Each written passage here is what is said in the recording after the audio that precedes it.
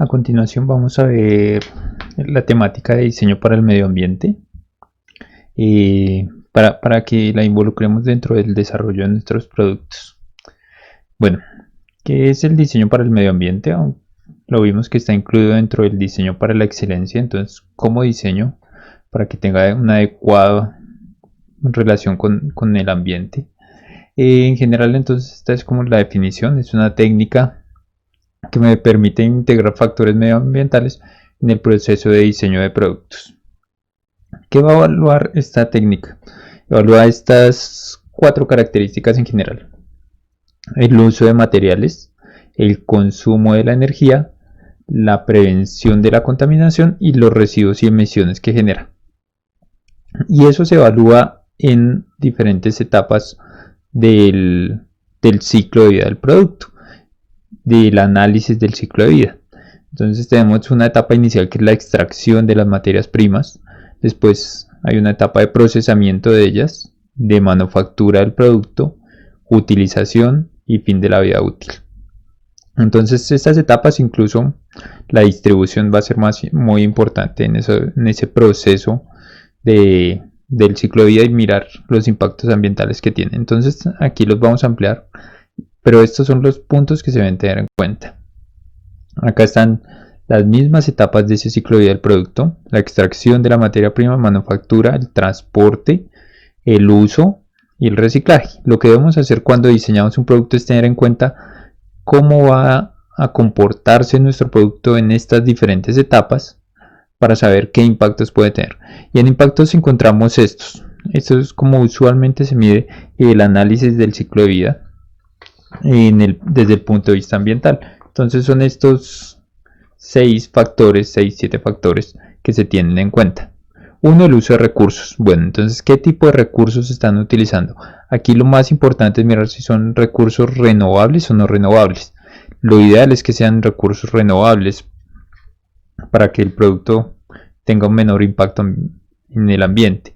El calentamiento global, bueno, como lo conocemos, entonces es el impacto en el aumento de la temperatura cerca de la superficie terrestre. Entonces, que los materiales que estamos usando, que la energía que estamos usando o que los subproductos que podemos estar generando, estos 4 factores que nombramos aquí, están afectando ese calentamiento global, lo tenemos que evaluar. La acidificación. La acidificación es la contaminación por dióxido sulfúrico, amonio y óxido nitroso. De igual manera, miramos nuestras operaciones en cada una de estas etapas y miramos, ¿será que alguno de los productos, de los materiales, de las operaciones, del consumo de energía puede estar generando este tipo de residuos o este tipo de contaminación? Porque se deben evitar. Entonces, entre menos generemos de estos productos químicos, mucho mejor. La eutrofización. ¿De qué trata la eutrofización? Es el incremento de nutrientes en el agua. Se llaman, bueno, serían residuos orgánicos. ¿Qué ocurre con ese aumento de los residuos orgánicos sobre el agua? Empiezan a consumir algunos minerales que deben estar en el agua, como el nitrógeno y el fósforo, y finalmente eso genera que crezcan unas algas sobre el agua, y eso impide que entre la luz solar al agua y impide los procesos de fotosíntesis debajo del agua, y entonces impacta y pues se pierde la fauna marina. Entonces también queremos evitar la eutrofización. La eutrofización, entonces, ¿por qué se está dando? Muchas veces por que se generan residuos que terminan en las fuentes de agua, y entonces eso hace que estos residuos orgánicos permitan que se genere este proceso. El siguiente que tenemos, daño en la capa de ozono. Bueno, entonces el daño en la capa de ozono, como lo conocemos, es la reducción en la protección para el ingreso de la radiación UV, lo que conocemos. Entonces, si alguno de nuestros productos, nuestros materiales o nuestras operaciones está afectando esa capa de ozono, entonces se debe evaluar. La creación del smog, entonces son todos los contaminantes de dióxido de azufre, de monóxido y dióxido de carbono que son materiales particulados que finalmente impactan en el medio ambiente. Ya sabemos que eso genera un alto impacto y finalmente genera enfermedades respiratorias. El siguiente que tenemos es la creación, esa es la creación de smog que tenemos. Y el deterioro abiótico se asocia al agotamiento de recursos no renovables. Entonces, si empezamos a consumir recursos no renovables, como todos los que son, digamos, estilo el petróleo, entonces pues está impactando de más. Y bueno, finalmente la generación de residuos. Esos residuos, ¿qué está pasando con esos residuos? ¿Se están depositando? ¿Se están logrando reciclar?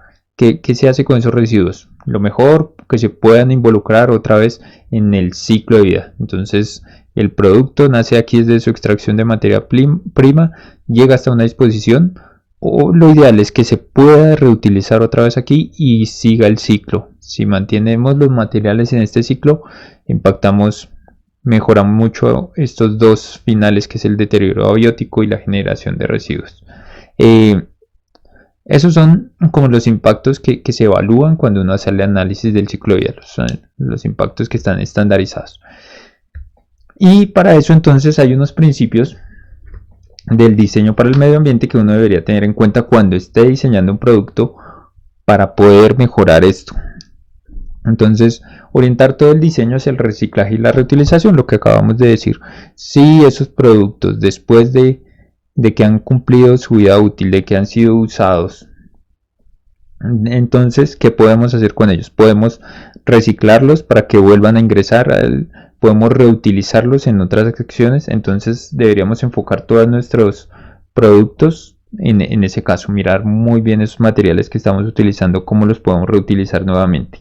El siguiente caso que tenemos es simplificar y estandarizar los materiales. Entre menos tipos de materiales tenga nuestro producto, va a ser mucho mejor. ¿Por qué? Porque en el momento de que llegue al fin de su vida útil, si tenemos una mezcla de materiales, va a ser mucho más difícil lograr separarlos para poder reutilizarlos. Entonces, si tenemos un producto hecho de un solo material, es mucho más fácil poderlo reutilizar. Lo que vemos de productos alimenticios, si vienen en un empaque y entonces está contaminado, pues no se puede reutilizar directamente. Hay que hacer un proceso adicional de limpieza. Entonces, mejor que sea un solo material para que más fácil lo pueda separar y lo pueda reutilizar, le pueda hacer un proceso de reutilización. Identificar los materiales. De igual manera, si yo tengo diferentes materiales y los logro identificar, puede ser colocándoles alguna etiqueta de colores. Entonces, que es una práctica que se utiliza muchas veces, lograré cuando tenga que separarlo, más fácil se hace la separación identificando este material es este o este. Si me llega un producto y no sé exactamente de qué está compuesto, necesita un proceso para identificar su composición y finalmente para separarlo. Se hace mucho más difícil la reutilización de estos productos. Que sea fácil desmontaje y el despiece del producto. Entonces, si tenemos un producto que es fácilmente desmontable, puedo sacar rápidamente las piezas que necesito y recuperarlas. Eso porque implica un costo para poder reutilizarlo y diseñarlo para reutilizar. Entonces, si logro estandarizar los componentes de mi producto, puede que cuando llegue al fin de la vida útil tome algunas partes más fácil y las pueda reutilizar en otros productos nuevos. Entonces hay que diseñar pensando en eso, qué partes podría volver a utilizar para nuevos productos o para otros productos. Esos son los principios que debo tener en cuenta cuando esté haciendo el diseño de mi producto. Esto es un paper para mostrarles un poco que esto se aplica en todas partes.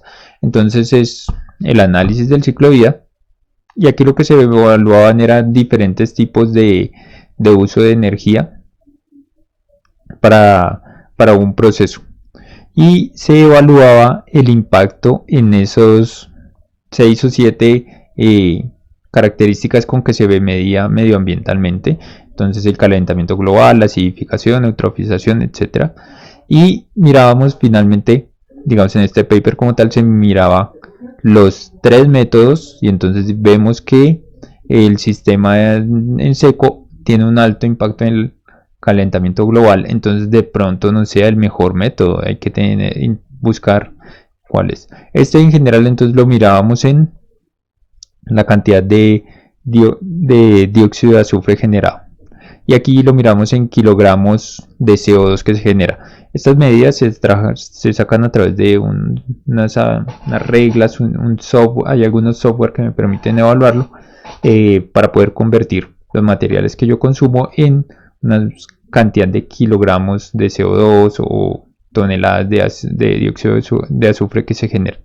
Entonces aquí está el mismo ejemplo, se evalúa igual bajo los impactos ambientales y mirábamos, digamos, estos tres métodos. Entonces la combustión de queroseno, que era gris, y el desperdicio de agua en estas operaciones tenía un alto impacto, mientras que un depósito natural, pues bueno, tenía un mayor impacto en el calentamiento global, pero no tanto. Estas son las formas usuales de mostrar un análisis de ciclo de vida. Esta es continuación de otro paper donde de igual manera se evalúa, es lo que se evalúan se evalúan cada uno de los procesos para cada uno para dos opciones de tanque que tenían, uno de plástico y uno de metal, y se evaluaban cada uno de los procesos, la manufactura, el uso, reciclaje, y qué tantos kilogramos de CO2 generaba y demás. Con eso entonces vamos directamente a mostrar cómo vamos a hacer una aplicación muy sencilla, el análisis del ciclo de vida, y tiene bastante desarrollo por dentro, pero pues podemos hacer una aplicación sencilla que consiste en identificar sobre esas 5 etapas que encontramos base del ciclo de vida: la extracción, la manufactura, la distribución, su uso y la disposición final. Sobre esas 5 fases que tenemos, entonces cada una de estas actividades, lo principal, las materias primas y la energía que necesito para cada una de esas operaciones, se va a hacer una identificación de ellas, y entonces vamos a identificar cada una de las operaciones, sus entradas de materia y los impactos. Entonces los impactos pueden ser en residuos y emisiones, pero pues vamos a tener en cuenta también todos los impactos que hemos nombrado anteriormente de consumo de energía, de uso de recursos, calentamiento global, acidificación. Si logramos tener eso, es ideal. Entonces se hace una clasificación, se identifican esos impactos y tendremos una primera aproximación para un análisis del ciclo de vida, donde posteriormente el paso es evaluarlos para convertirlos en unas medidas como la huella de carbono. Tenemos un ejemplo acá. Entonces lo que vamos a diseñar es una silla de madera. Ya tenemos el diseño y vamos a mirar cada una de esas operaciones, los materiales y la energía y los impactos. Entonces en la extracción, entonces lo que tenemos es una extracción, un proceso de talado de árboles. Entonces el material que se consume, pues la madera, la energía, esa tala de árboles la vamos a hacer con sierras eléctricas. Entonces hay un consumo de energía eléctrica, y bueno, estos impactos pues se conocen a través de estas operaciones. La tala de árboles, ¿qué está haciendo? El consumo de madera. Entonces vamos a hacer uso de recursos. Este caso podrían ser renovables, asumiendo que podemos sembrar un nuevo árbol, pero se debe evaluar. Puede haber un proceso de combustión en algunos casos, y puede haber generación de partículas, pero bueno, en general vamos a nombrar solo estos dos impactos que podrían tener estos procesos. Después pasamos al proceso de manufactura, donde vamos a hacer el corte y el pegado de nuestra silla. No vamos a utilizar más materiales. Bueno, podría estar el pegante. Vamos a suponer que todos son ensambles rápidos que no requieren pegante, que es lo ideal, que no necesite, muy asociado, muy alineado con el diseño para el ensamble. Lo preferible es que no necesite ningún elemento para hacer ensamble. Entonces aquí vamos a hacer como ensambles de ajuste rápido y no vamos a necesitar pegante. Energía, vamos a necesitar energía eléctrica para hacer los procesos de corte, de pegado. y que se nos puede generar viruta, ruido, son subproductos de estos procesos. En el proceso de distribución, las operaciones que tendremos son transporte. Materiales no vamos a nombrar, aunque en realidad se necesita posiblemente el combustible. La energía será sería por la combustión del vehículo en el transporte. Entonces hay emisión de gases, el impacto de la emisión de gases de la combustión por el motor del vehículo. En el uso vamos a decir, digamos que no encontramos nada así identificativo. El uso de la silla no consume materiales, no hay ninguna operación. Bueno, la operación sería el uso como tal de la silla. Energía, no se requiere energía para usar la silla. Y pues finalmente impactos, como no identificamos nada aquí, pues no hay un impacto. Pero podríamos nombrar que el uso requiere la operación de usar como tal, pero pues igual no genera ningún impacto. Y finalmente la disposición. Entonces vamos a decir que esta silla la vamos a poder reciclar. Vamos a hacer un proceso de reciclaje de esta madera. Lo vamos a hacer con energía eléctrica, donde de pronto hacemos un molido para generar un nuevo material. Y el impacto de este reciclaje puede ser una emisión de residuos particulados. Entonces este sería el proceso y la idea es identificar todos estos impactos en el ciclo de vida de nuestro producto. Este es un libro base que nos puede servir para ampliar muchísimo más esto, que como les comentamos es bastante profundo.